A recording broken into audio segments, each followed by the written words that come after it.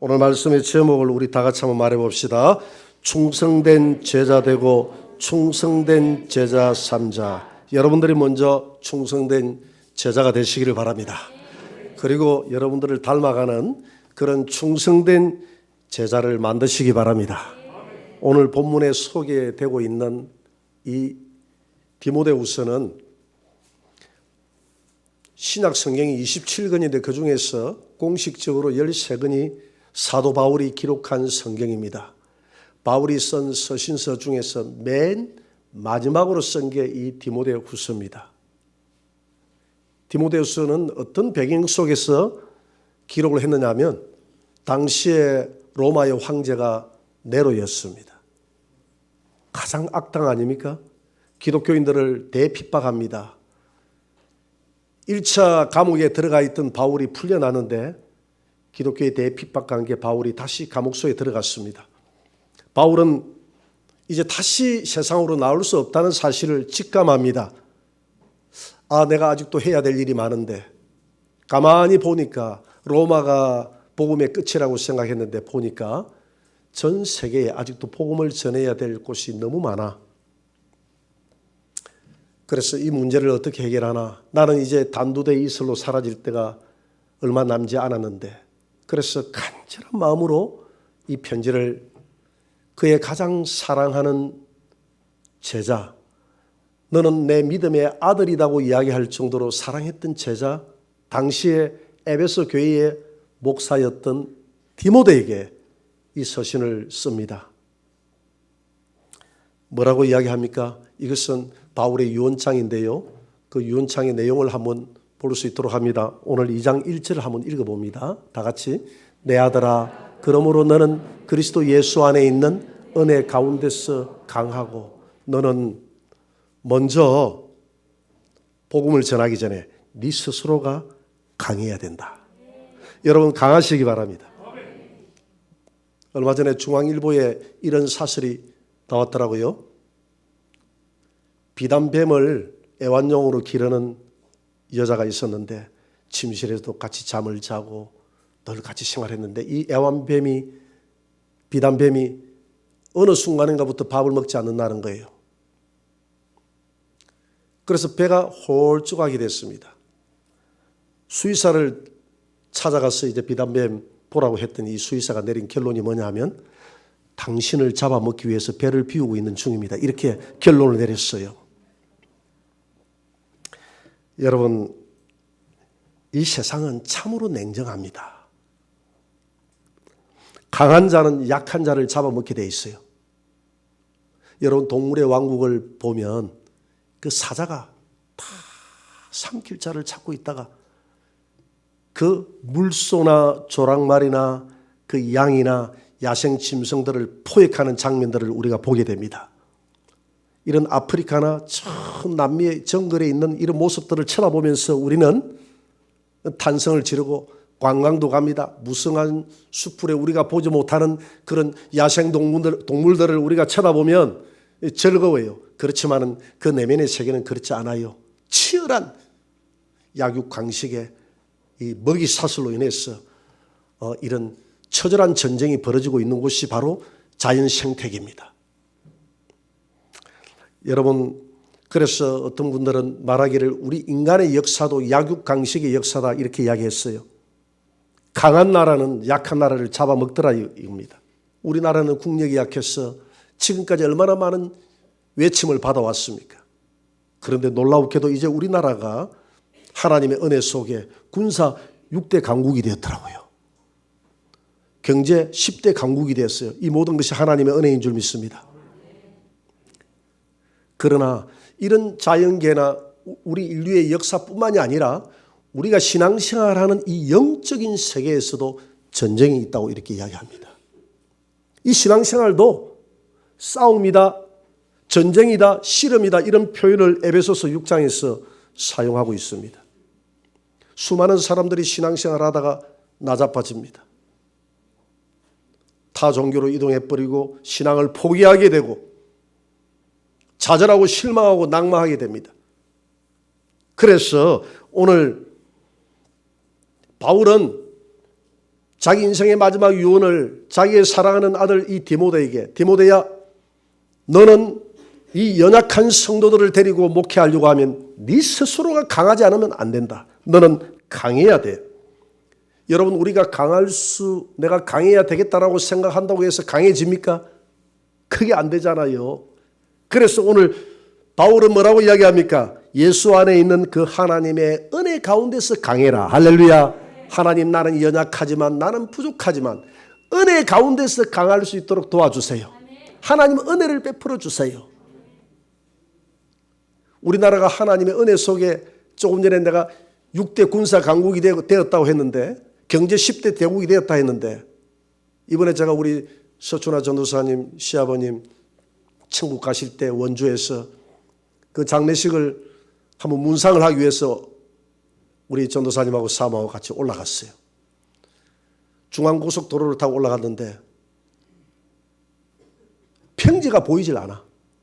전부 산밖에 없어. 나는 답답한데 외국인들은 이게 멋있다네요. 이런 모습이 좋다네.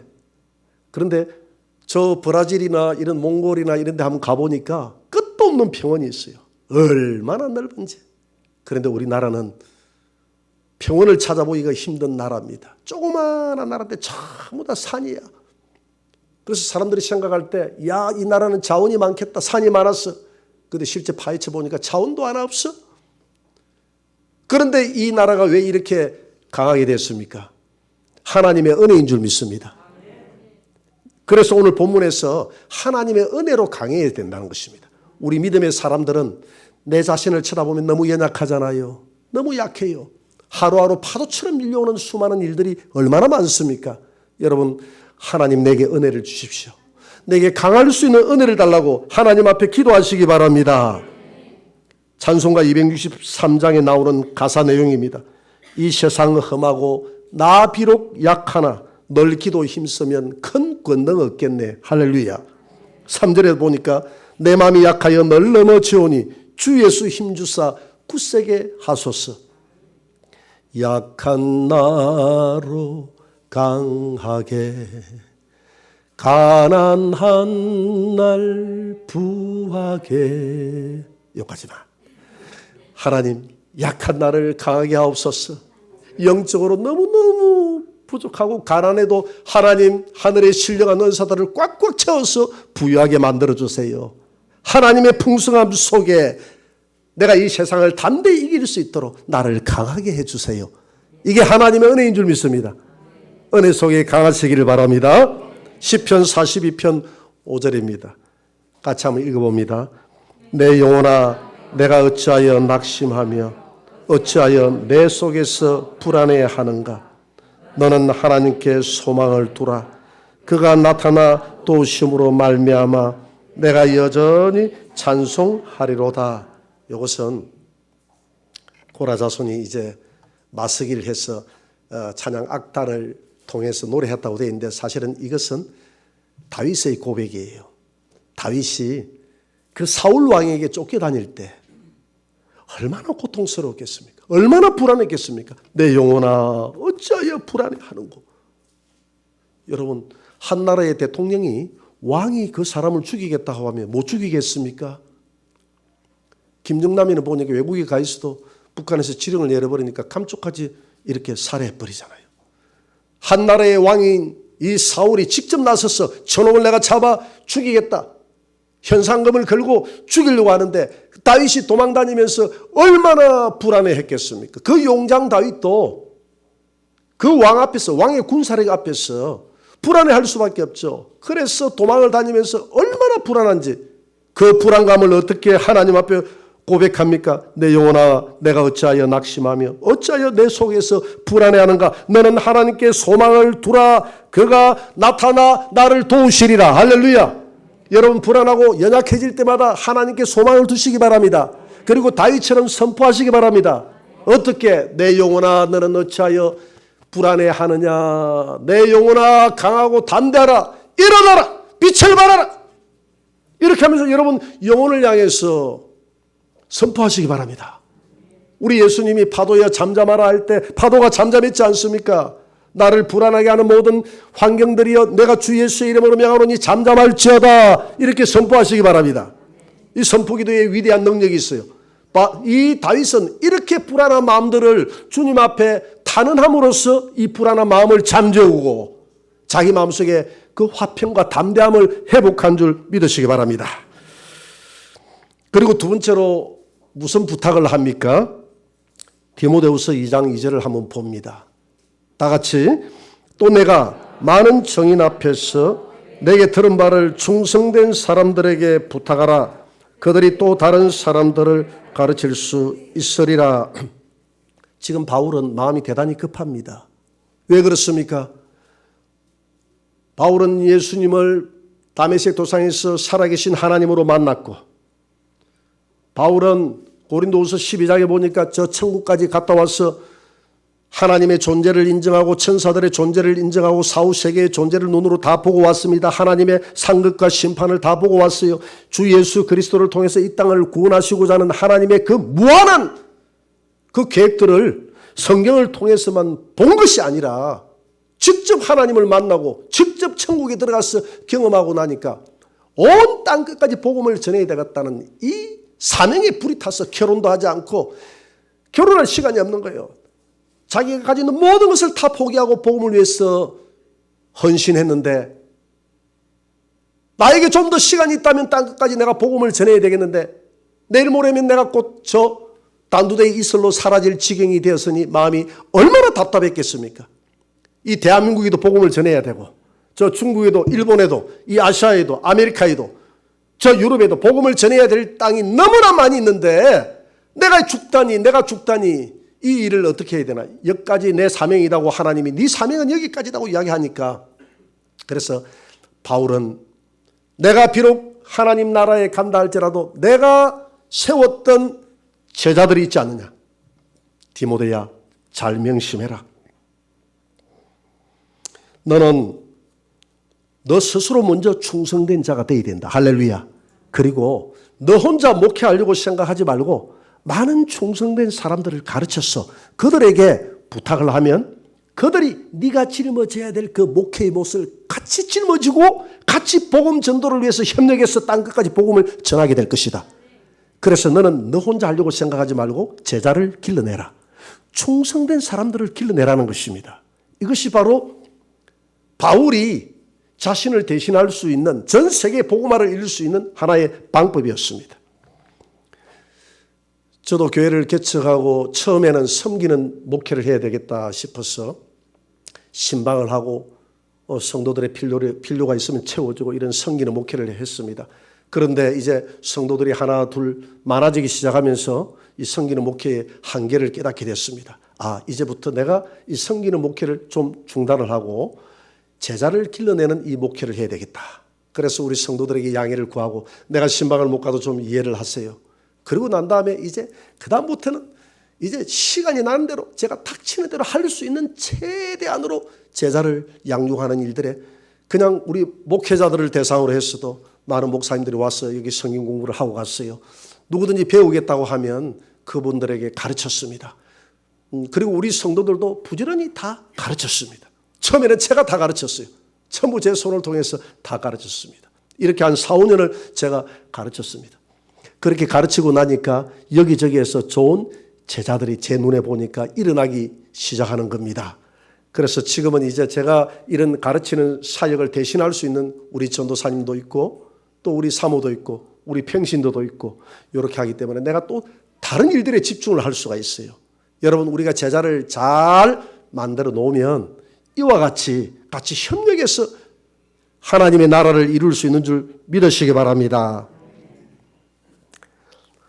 이재철 목사님이 쓴 비전의 사람이라는 책이 있어요. 그 책에 보면 이 나가노 목사님이라는 목사님이 소개되고 있습니다. 이 나가노 목사님이 20세기 초, 그러니까 1900년도 초에 일본에서 신학교를 졸업하고 목사 안수를 받습니다. 그리고 난 다음에 하나님 앞에 기도합니다. 하나님, 우리 일본은 복음의 불모지입니다. 제가 반경 이 100km 안에 교회가 없는 곳에 가서 복음을 전하겠습니다. 100km 안에. 우리나라는 100km 안에 교회가 없는 곳이 없죠. 그죠? 안 그래요? 그죠? 우리 교회는 3m도 교회가 있고 3m도 교회가 있는데 100km, 일본은 그랬단 말이에요. 당시에 일본은, 지금도 그렇지만. 그래서 바울은 남의 터 위에 내가 교회를 세우지 않겠다는 그 모습, 이 나가노 목사님은 철저하게 그걸 가슴에 새기고 복음이 없는 곳에 내가 교회를 세워서 복음을 전하겠다라는 마음을 가지고 지도를 펴놓고 하나님 앞에 기도하는 중에 북쪽에 가나사와라는 지역이 적합하다는 것을 깨닫고 보따리를 싸들고 그 지역으로 갑니다.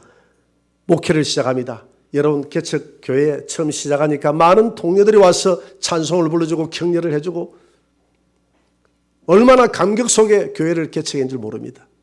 제가 교회를 개척해 보니까 얼마나 감격스러운지 몰라요. 그런데요, 사람들이 탁 하고 이제 한 달이 지나고 두 달이 지나니까 현실이더라고요. 현실. 성도들은 하나도 없고.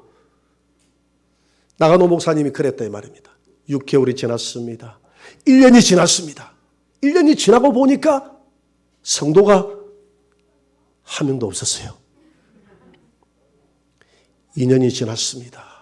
인내하는 마음으로 또 복음 전하고 3년이 지났습니다. 3년이 딱 지나고 나니까 그때 또 성도가 없었어요. 4년이 지났어요. 5년이 지나고 나니까 성도가 없어요. 그 정도 되면 목회를 접어야 되지 않겠습니까? 안 그래요?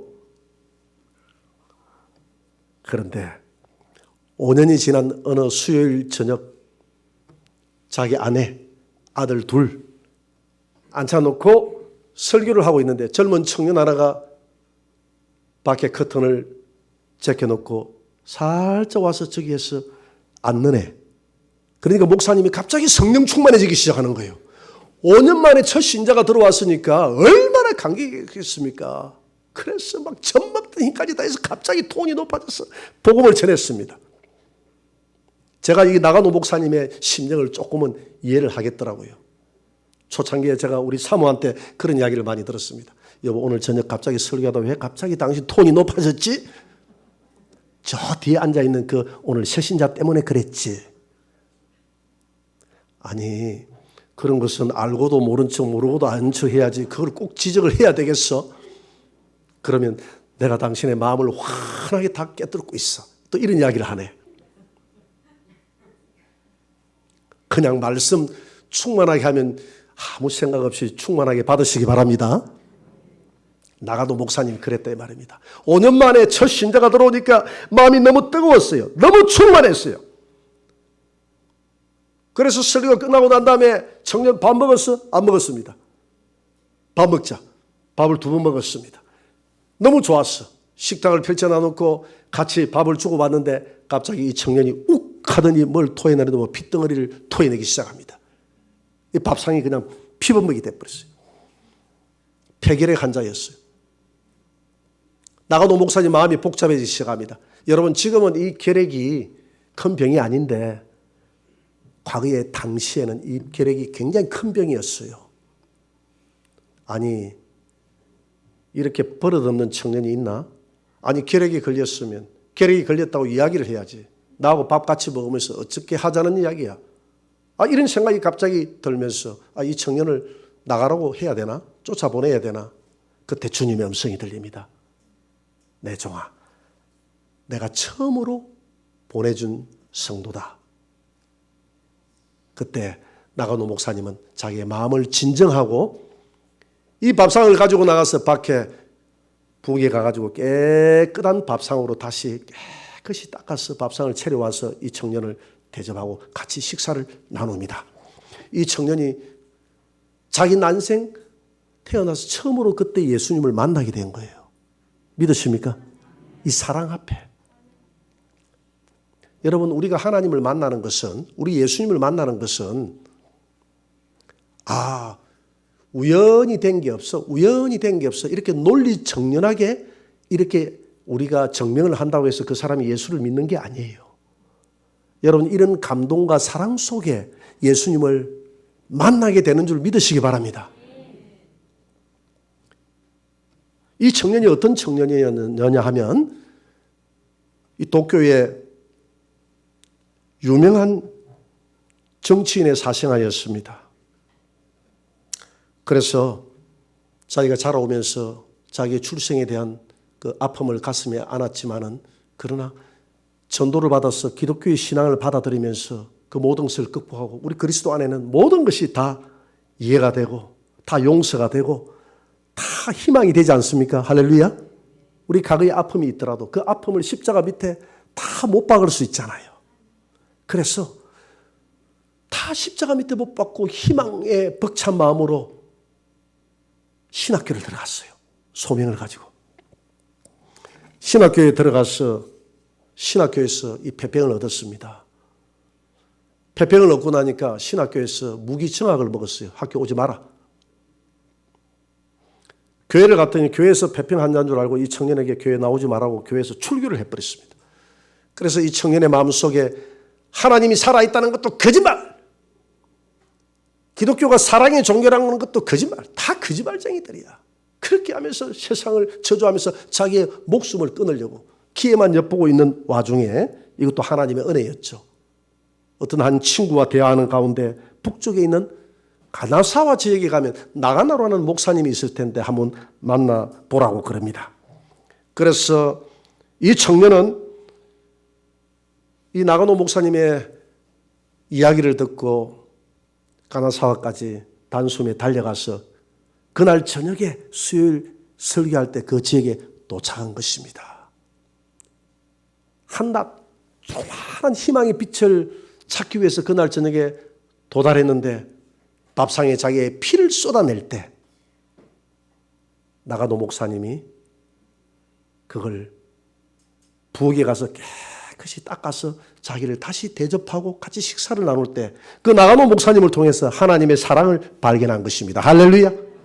그리고 예수님을 새롭게 만난 거예요. 아, 우리 예수님이 죽지 않았구나. 기독교의 사랑의 불씨는 죽지 않았구나 하는 것을 알게 됐습니다. 거기서 열심히 신앙생활 하는 가운데서 폐평이 깨끗하게 나와서 신학교 다시 복학을 하고 졸업을 하고 목사 안수를 받고, 이분이 고베와 도쿄에서 수많은 빈민들을 위해서 자기의 생을 성김과 봉사로 불태웠던 가가와 도요이코 목사님이십니다. 여러분, 빈민들이 가장 힘들어하는 것이 변비라고 그래요. 변비가 차돌처럼 굳어있기 때문에 장갑을 끼고 변비를 손으로 끌어냈대요. 그런데 그렇게 해도 잘 안 되는 사람들이 있을 때는 이 나가노 목사님이 항문에 자기 입을 대가지고 입김을 불어넣고 침을 불어넣어가지고 혀를 가지고 변비를 빨아가지고 입을 빨아가지고 이 차돌 같은 변비를 뽑아냈다고 그래요. 이런 모습을 본 일본 기자가 도요이코 목사님을 향해서 당신은 어찌 그렇게 할 수 있습니까? 아무리 하나님의 사랑이지만 어찌 그렇게 할 수 있습니까? 라고 물었습니다. 그랬더니 이 도요이코 목사가 하는 대답이, 나는 배운 대로 합니다. 제 선생님은 제가 각혈할 핏덩이를 닦아주셨고 그분이 하신 것에 비하면 나는 아무것도 아닙니다. 이렇게 하면서 이 사역을 했다는 거예요. 이 나가노 목사님이, 이 가가와 도요이코 목사님이 중국으로 건너갔습니다. 역시 중국으로 건너가서도 빈민들을 돕는 이 사역을 합니다. 똑같이 합니다. 1945년도 일본이 패망하게 됩니다. 패망할 때 많은 나라에 살던 정복국가에 있던 일본 사람들이 자기 고국으로 돌아가게 됩니다.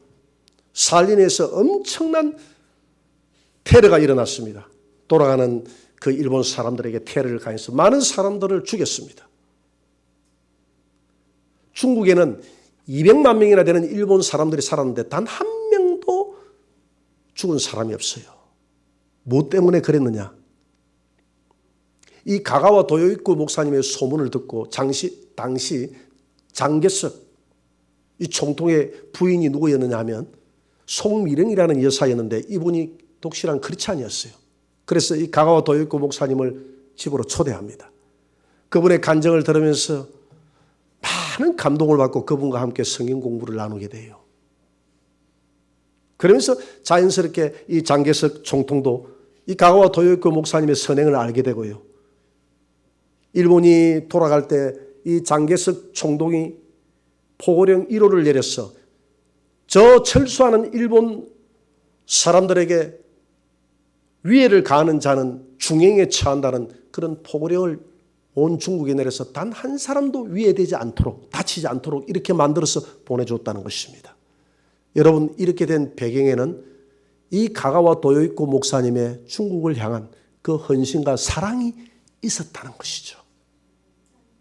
그 사랑이 송미령 여사를 감동시켰고, 송미령 여사를 통해서 장개수 총독이 듣게 되었고, 장개수 이 총통을 통해서 포고령 1호를 내려서 일본 사람들을 한 사람도 다치지 않고 돌아갈 수 있도록 만들었다는 것입니다. 여러분, 이 가가와 도요이코 목사님이 빈민들의 학문을 빨아들일 때 그 마음속에는 나가노 목사님이 있었습니다. 중국을 향한 빈민 선교를 할 때도 항상 그의 마음속에는 롤 모델이었던 자기의 서성 나가노 목사님이 가슴속에 있었던 것입니다. 여러분, 나가노 목사는 평생 한 명의 제자밖에 배출하지 못했던, 경제 논리로 따진다면 실패한 목사입니다. 그렇잖아요. 평생 목회를 했는데 한 명밖에 못했어요. 그러나 이 나가노 목사님이 없었더라면 가가와 도요이코 목사님도 없었습니다. 패망한 일본의 수많은 사람들의 생명을 건질 때에 거기에는 나가노 목사님의 헌신과 이 가가와 도요이코를 향한 눈물의 사랑이 있었습니다. 믿으십니까? 오늘까지도 일본과 중국뿐만이 아니라 전 세계 도요이코, 가가와 도요이코 이 목사님의 이 빈민사역은 모든 빈민사역을 하는 기독교의 롤 모델이 되고 있어요. 빈민사역의 대부가 되고 있단 말이에요. 이 사람이. 빈민사역 하는 사람 치고 이 사람이 책을 읽지 않는 사람이 없어요. 여러분, 가가와 도요이코 목사가 한 사람밖에 성도를 만들어내지 못했다고, 저가 실패한 목회를 했다고 누가 그렇게 정죄하고 판단할 수 있겠습니까? 그렇지 않겠어요? 우리 예수님은 3년 동안 공생의 사역을 하면서 수많은 사람들에게 복음을 전했지만은, 그러나 그 가운데서도 12명의 제자는 특별히 먹고 마시고 자고 하면서 우리 예수님이 집중적으로 교육을 했습니다. 우리 예수님이 이 땅을 떠나고 난 다음에 그 복음을 12제자에게 맡겼습니다. 맡겼을 때 12제자는 전 세계 다니면서 복음을 전하면서 11명의 제자가 순교했습니다. 제자를 길러내니까 제자가 이와 같이 하더라는 것입니다. 며칠 전에도 제가 지난주인가요?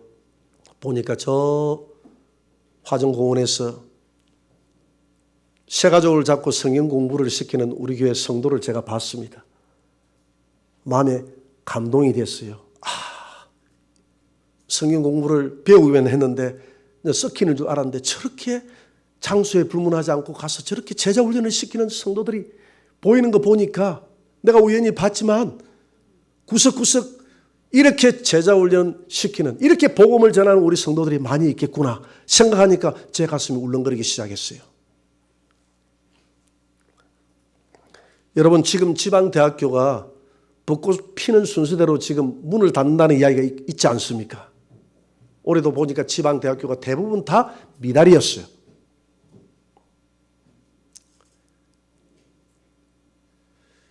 수도권에 집중되는 문제도 있고, 우리 젊은 사람들이 결혼을 하지 않고 아기를 낳지 않는다는 거예요. 우리 청년들 빨리 시집 장가 가시기 바랍니다.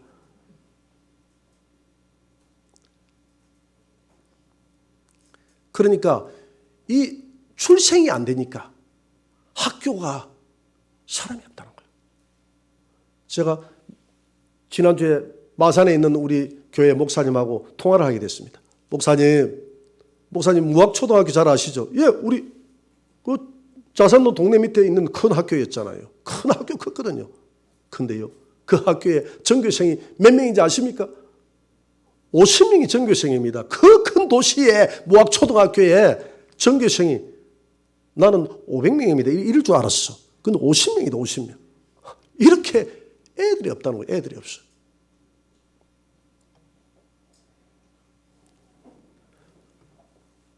그 와중에 우리 교회 학교도 문제가 되는 거예요, 지금. 우리 한국의 기독교인이 19.8%예요. 이게 지난번 인구 통계조사에서 나왔던 종교 현황입니다. 객관적인 국가에서 조사한 게 그래요. 986만, 거의 한 1000만 정도 되는 게 우리 한국 기독교인들입니다. 그런데요, 그렇게 따지면 19.8%가 나오는데 우리 20대 이하의 이 청년 아래로 내려가면 이야기가 달라집니다. 3%밖에 안 돼요. 없어요.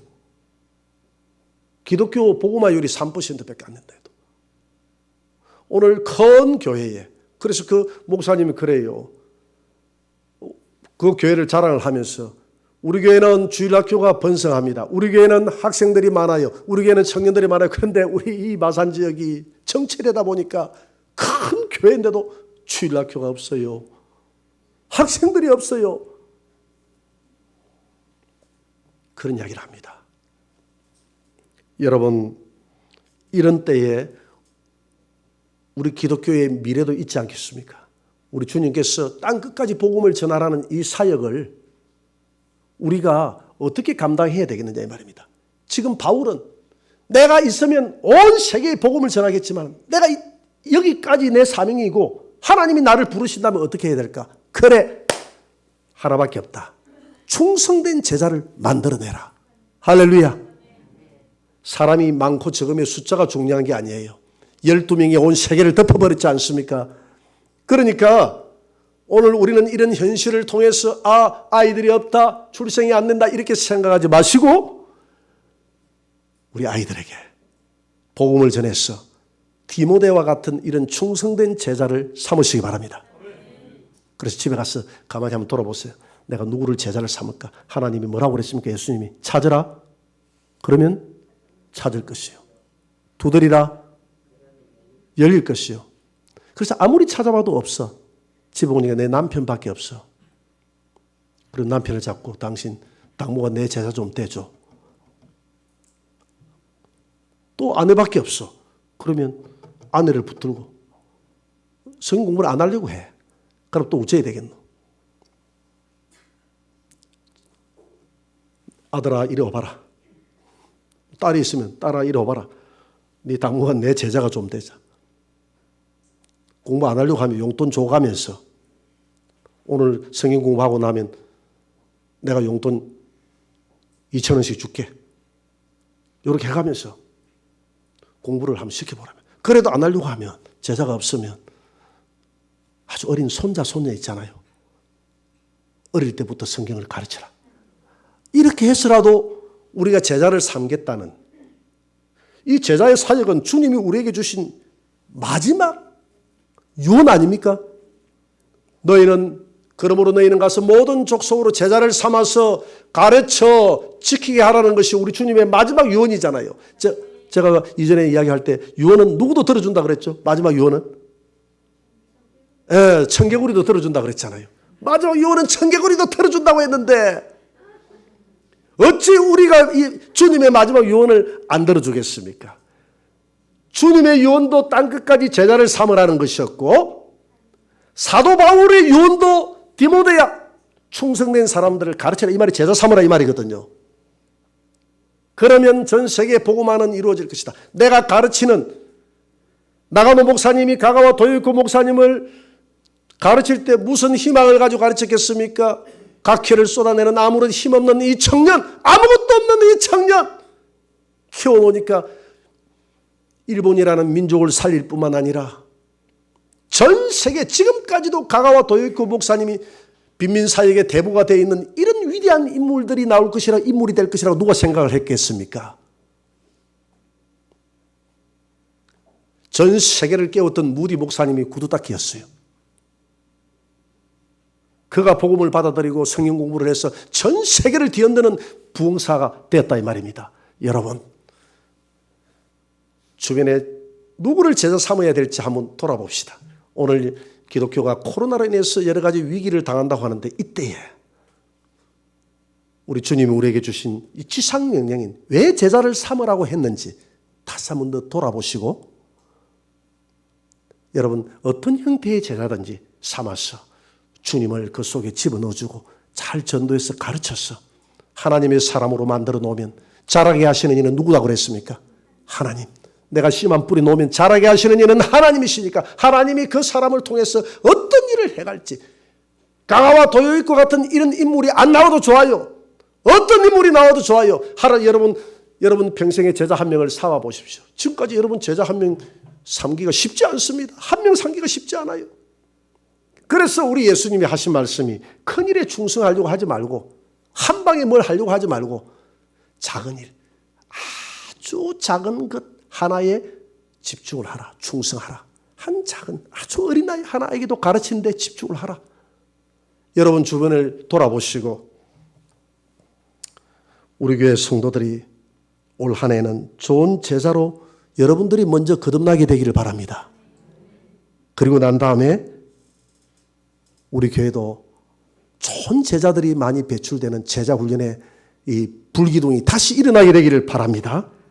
그래서 여러분들에 의해서 이 지역이 다시 우리 기독교가 다시 살아나는 그런 역사가 있게 되기를 주의 이름으로 축원합니다.